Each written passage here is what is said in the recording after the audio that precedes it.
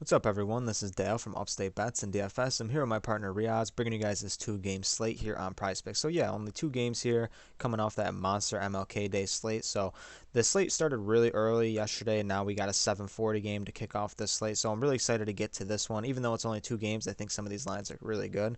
We're back here on prizepicks. Prizepicks is a very simple way to play daily fantasy sports. You can mix and match sports. They got everything from NBA, NFL, hockey, PGA, esports such as like Rocket League, CS:GO. So really fun way to play. I've really been enjoying it. The channel's been growing significantly since we started. So you can sign up using promo code Upstate, and that'll give you a 100% deposit match on your first deposit up to $100. So if you deposit 100, you get 100 back to play with. So nice way to start your journey over on PrizePicks. You're in the right hands here on Upstate Bets. We're gonna help you find the right lines, find the right value, and make some educated picks here on the app. So yeah, I mean, I know a lot of people are having some down weeks. I was talking to the Discord last night. People trying to take a little bit of a break from, from doing some sports like prop bets and whatnot. So, yeah, totally understandable. We're still crafting. We're still hoping that we can get out the best content we can for you guys. And over on our Patreon page, we had a really successful night last night. Even though some people in the free Discord, I know some people on Twitter have been tailing some people's lines. But I just say like, try your best to keep it light. Don't throw all your eggs into one basket. Daily fantasy sports is something we have every single day, so just take it day by day. And me and Raz are gonna try our best to make sure we're getting you the proper information you need to make some smart bets. So we do offer some premium content over on Patreon, and Raz, why don't you tell them about that?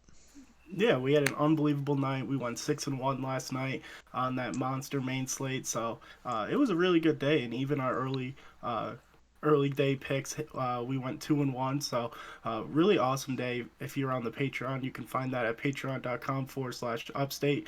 But not only that, we do hit rates.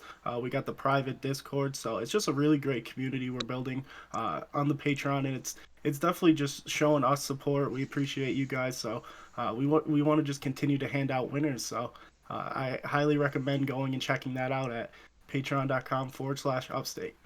Yeah, the link for that will also be in the description, as well as the link for our Twitter, as well as the free Discord we have too. So, yeah, with Patreon, you get access to that premium Discord as well too, as well as the free one. You can definitely join. So yeah, two game slate here. Like I said, we're gonna start in the points category. Who do you like here, Riaz? Yeah, there's a bunch of really great value here, and Jared Vanderbilt at 6.5 just seems like really great value here tonight. Five out of the last five.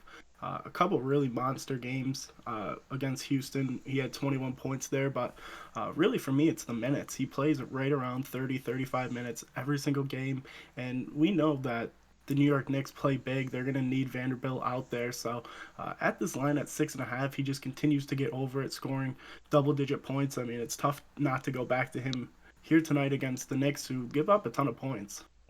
Yeah, I completely agree. I mean Vanderbilt, I think he looks really good right now. The Timberwolves are favored by 3.5. Three might be on some sites, but yeah, the game should stay relatively close. I think Vanderbilt has a really good shot to get there tonight, especially over his last five.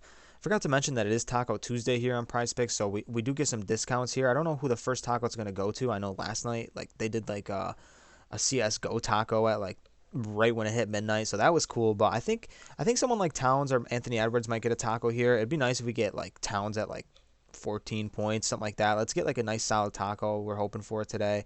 Maybe it'll be like a curry one that's like really low. But yeah, I mean, I think besides Vanderbilt, I think the rest of these guys, I think Barrett's been playing really well. I like him in a different category. I'll get to that after, but I think he's a guy you can look at. And then other than that, I think Vanderbilt's probably the guy I want to go to on this game. And then going down here, between the Warriors and the Pistons, huge favorites. Warriors are here, like 15-point favorites. The game should blow out. I mean, that's what we're thinking here. Between all these guys we got here, who do you like? Yeah, I mean it's definitely tough when you have that blowout factor. Still no Draymond Green. We're not sure if Clay's ever going to play more than 20 minutes. I don't really see him playing more than 20 minutes in this game. So you can definitely look at these guys like Otto Porter Jr. at 9.5. That's definitely in play. He'll get majority of the run here, especially if it's a blowout. They're not really going to try to save him, get him some rest. He's kind of filling in for Draymond Green. So, and then even for these Detroit players like Trey Lyles is coming back. He's at 11. We know the 3 point ability for him, and since he's been back, he's been playing very well. 21, 18 points against Phoenix, yeah, against Phoenix and Toronto. So, really for me here in this game, you kind of want to play it as kind of fading Curry unless he gets a discount. Andrew Wiggins is always in play, and then Clay. I mean, just the minutes factor. It's kind of tough to keep trying to think he's going to go for 16, 20 points in any game where he's just not getting the minutes. Yeah, I agree with that analysis completely. So I'm gonna be fading Isaiah Stewart for sure. Hayes, he just looks so bad. He's looked so bad all season. I don't even know why he's in the rotation, honestly. Otto Porter, I really like him, especially if he does blow out. And Trey Lyles, I think he's my favorite on this whole game. So Trey Lyles for sure. I know these are some weird picks, Vanderbilt and Lyles, you guys might be thinking, but two guys, nice hit rates, especially in the Detroit game that might blow out.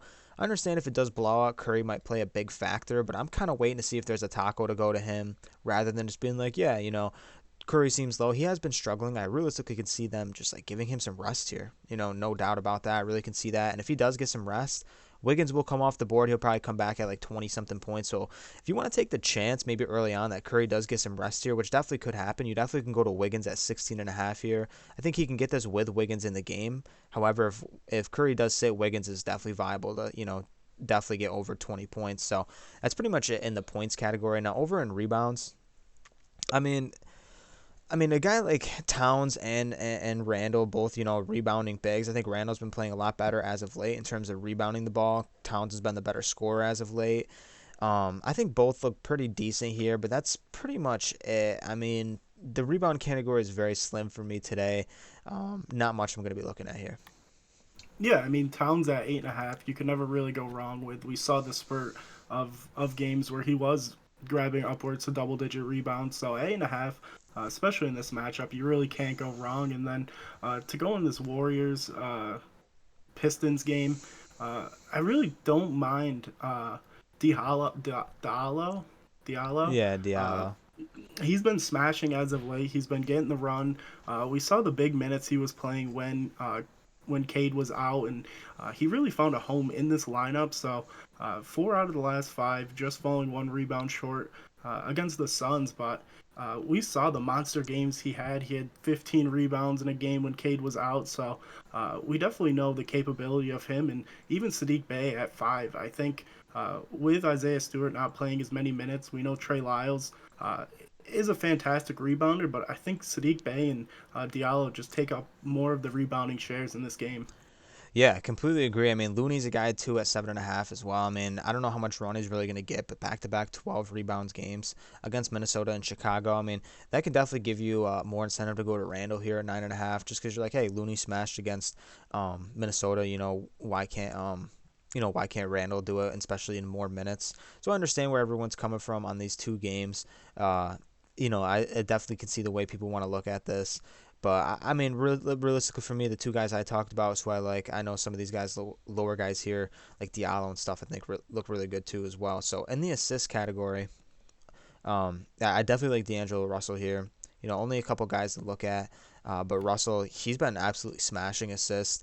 I mean, he's the type of guy too that can go out there and give you this really in a half. I mean, he was ending the first half of the game the other night with already like 6, 7 assists. So I think he looks really good.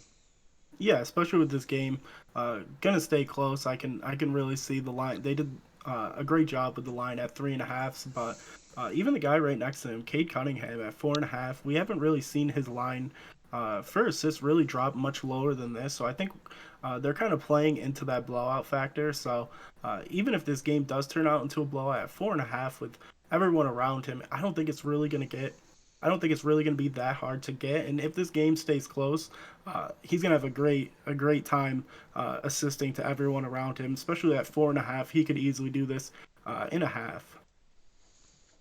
Yeah, no, I agree with Cade Cunningham as well. I think he looks really good. But that's pretty much it for me here. Anyone else you want to talk about an assist? No, we could jump over to 3 pointers. So 3 pointers, I mean, more guys than I thought there would be here in this category.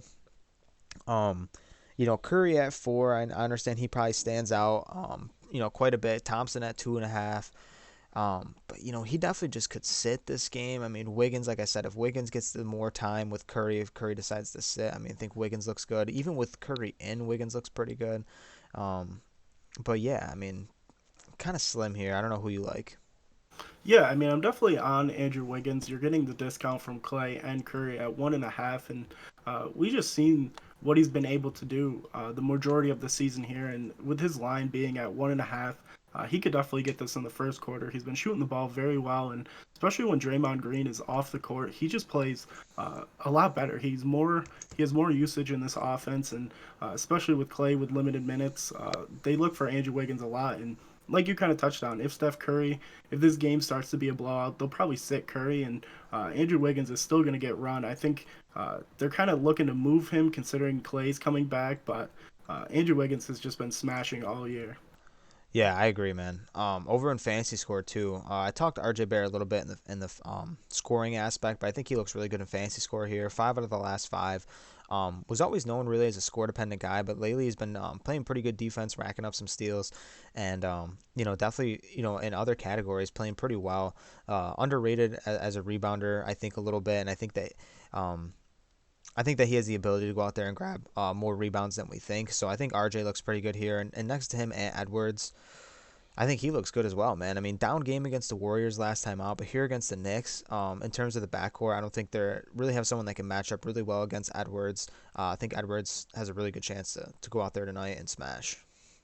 Yeah, I'm definitely with you with those two guys. RJ Barrett's been playing phenomenal, and we know when he gets hot shooting the ball, he's just gonna get the green light. Uh, and with his assist, the assists and rebounds he's been able to do in games has been phenomenal. Then Anthony Edwards at 36.5. I mean, probably the lowest we've seen him for a while this year. So definitely a great play there, and really that kind of sums it up. Yeah, I mean that's pretty much the slate, man. I mean, like I said, slim slate here. I'm really excited to kind of um, just have this little 2 game slate. I think some of these lines look really good. I would probably, take it light here. It's hard to get after these little ones, but when there's like 10, 11 games, I understand if you want to go like heavy there, but I'd take it easy here. I think we got some solid picks. Like I said, Reoz talked about the Patreon content. If you want to go sign up over there, that'd be awesome. And then we'll catch you guys on the next video. Peace.